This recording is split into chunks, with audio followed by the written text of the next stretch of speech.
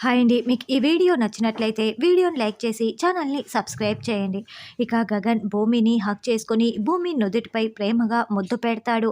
కింద శరత్చంద్ర కోపంతో రగిలిపోతూ ఉంటాడు.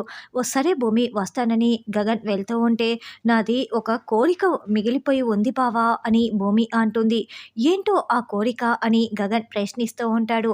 ఇది పెళ్ళికి ముందే తీర్చుకోవలసిన కోరిక అని భూమి చెప్పటంతో "ఆ! ఏంటో చెప్పు భూమి" అని గగన్ అంటాడు. మామయ్య కృష్ణ ప్రసాద్ గురించి అని భూమి చాలా సంతోషంగా చెప్తూ ఉంటుంది.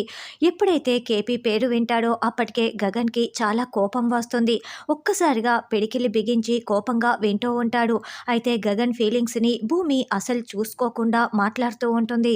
మన పెళ్లి పత్రికలో మామయ్య పేరు వేస్తే నిండుగా ఉంటుంది. మన పెళ్ళి అయిన తర్వాత వాళ్ళిద్దరిని నేను కలుపుతాను అని భూమి అంటుంది. వెంటనే గగన్ భూమిని కొట్టటానికి ఏయ్ అంటూ చెయ్యి ఎత్తి కొట్టకుండా ఒక్క క్షణం ఆగిపోతాడు. దాంతో భూమి హా అంటూ చాలా షాకింగ్గా గగన్ వైపు చూస్తూ ఉంటుంది. ఆ అరుపులకి శరత్చంద్ర వాళ్ళందరూ పరిగెత్తుకుంటూ గది దగ్గరికి వస్తూ ఉంటారు.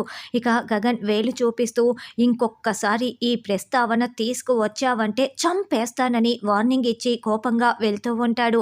ఇక శరత్చంద్ర వాళ్ళందరూ గగన్కి ఎదురుగా వచ్చి భూమి దగ్గరికి వచ్చి ఏమైందమ్మా ఏంటా అరుపులు అని శరత్చంద్ర నిలదీస్తూ ఉంటాడు. అయితే భూమికి ఏం చెప్పాలో అర్థం కాక కొంచెం నసుగుతూ సిగ్గుపడుతున్నట్లు నటిస్తూ ఉంటుంది. నిన్నేనమ్మా అడిగేది ఏంటా అరుపులు ఎందుకు అరిచావు అని శరత్చంద్ర నిలదీస్తూ ఉంటాడు.